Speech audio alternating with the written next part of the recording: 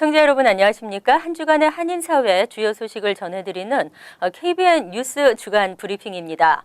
음력 1월 1일 설날이 다가오고 있습니다. 설이라는 말은 삼가다 또는 조심하다라는 뜻에서 유래됐다고 합니다.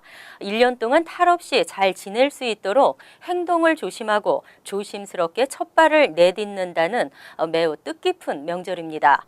이곳에서 설을 지내고 타민족에게 설을 알리는 것만으로도 큰 성과입니다. 하지만 차이니스 뉴 이어로 널리 알려져 있습니다. 차이니스 뉴 이어가 아닌 루나 뉴 이어로 바로 알리기 캠페인이 전개됩니다. 이 밖에 설 행사 이보연 기자가 전해드립니다.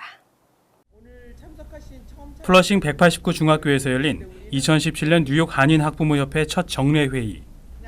최윤희 공동회장과 협회 관계자들은 다음 달 2일로 예정된 브롱스 몬트피어 병원 시위를 알리며 한인 사회의 많은 참여와 관심을 요청했습니다. 아직 큰 진전은 없고 지금 말씀하신 대로 병원에서는 계속 막고 있고 많은 분들 참석 알아주셨으면 감사하겠습니다. 이번 4차 항의 시위에는 토니 아벨라 뉴욕주 상원 의원도 참석해 기자회견을 열고 진실 규명을 촉구할 계획이며 당일 오전 10시 한양마트 플러싱 매장 앞으로 오시면 참여할 수 있습니다.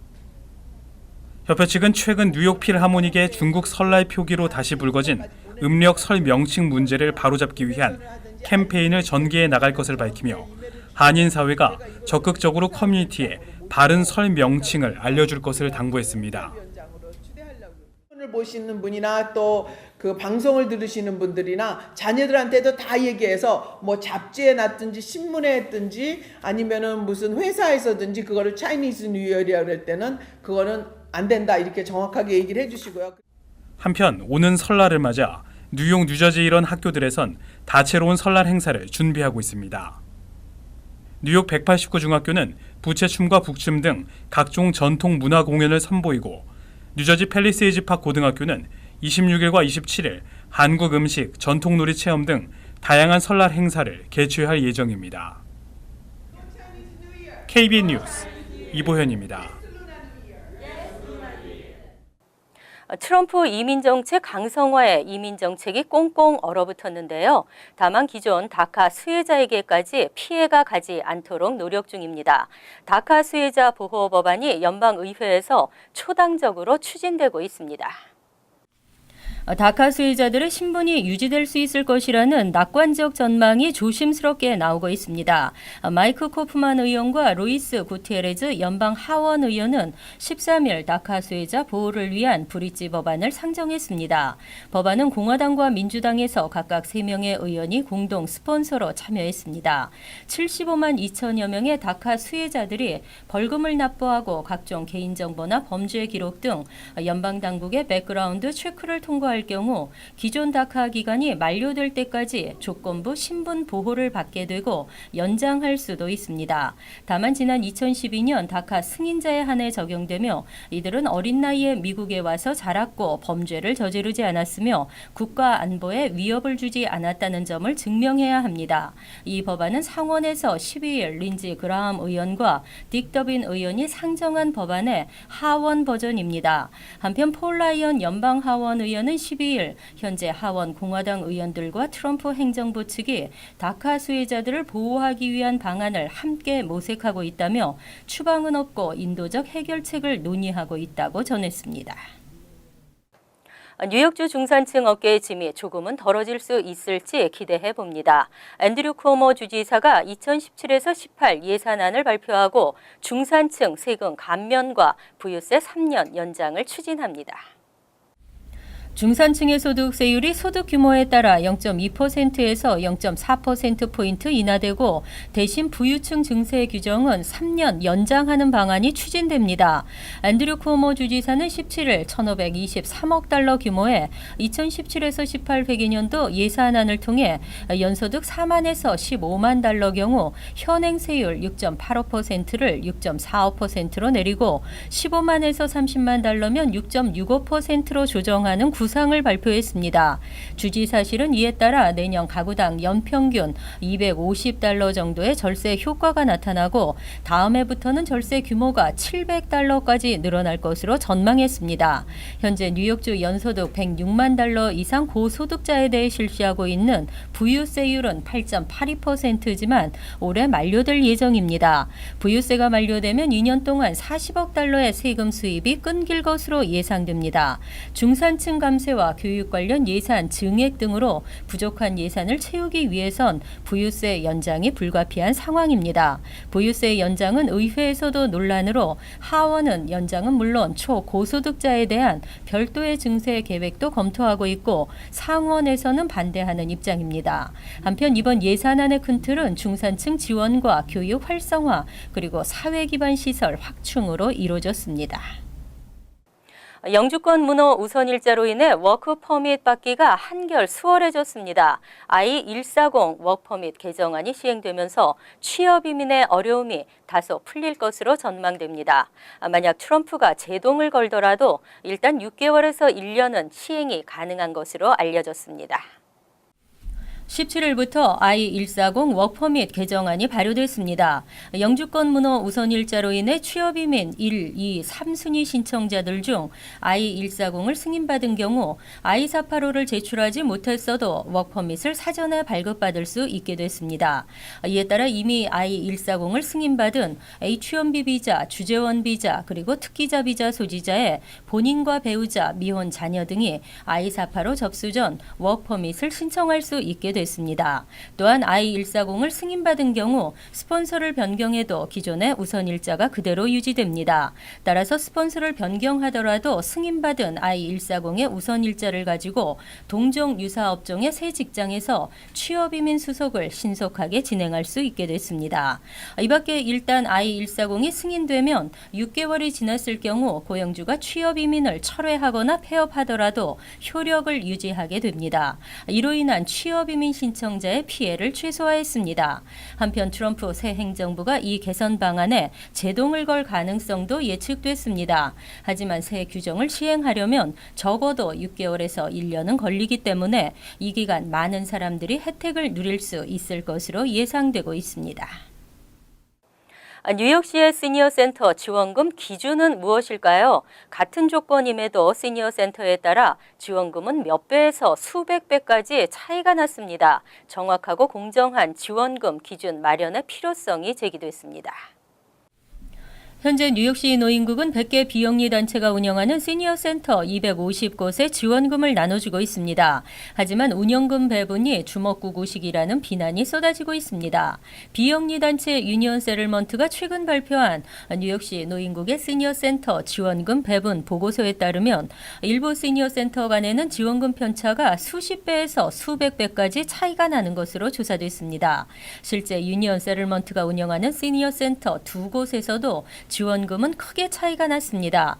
2016년 제퍼슨 시니어 센터와 게이로드 와이 시니어 센터는 하루 75명의 노인들에게 식사와 각종 레크레이션 건강 프로그램을 제공했는데 1년간 지원금은 각각 $41만 3천 $20만 6천 나타났습니다. 지원금 격차가 10배나 나는 것도 있었습니다.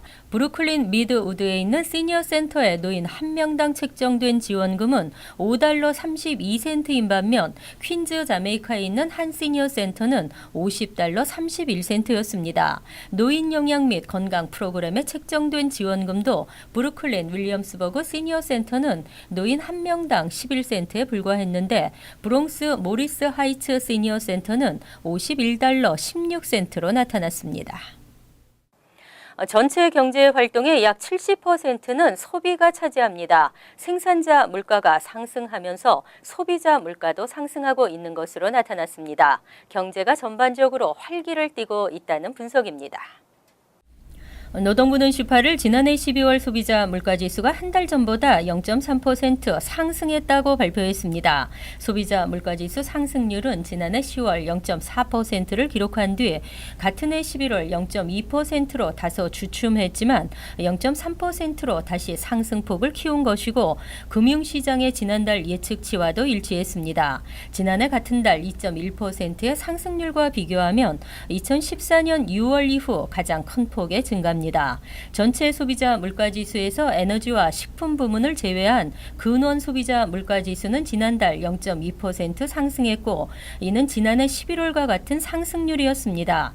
전년 대비 근원 소비자 물가지수의 상승폭은 2.2%로 한 달 전보다 0.1%포인트 커졌습니다. 노동부는 9.1% 오른 휘발유 가격과 3.9% 높아진 의료 서비스 비용 등이 전체 물가 상승을 주도했다고 설명했습니다. 금융 전문가들은 지난해 11월 개인 소비 지출 물가지수 1.4% 증가, 핵심 개인 소비 지출 물가지수 1.6% 증가로 물가 상승세 정체를 우려하기도 했습니다.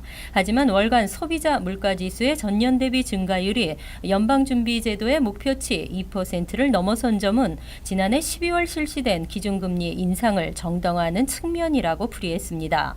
한편 생산자 물가지수 역시 0.3% 상승하며 2개월 연속 오름세를 이어갔습니다. 뉴저지 주민 37%가 빈곤층인 것으로 조사됐습니다. 최저생계비로 어렵게 살고 있다는 의미인데 빈곤층 주민들은 더 늘어나고 있는 상황입니다.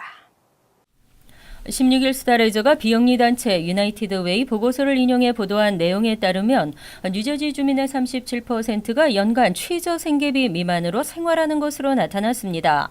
4인 가족 기준 기초 생활에 필요한 연간 최저 생계비는 64,176달러 정도입니다.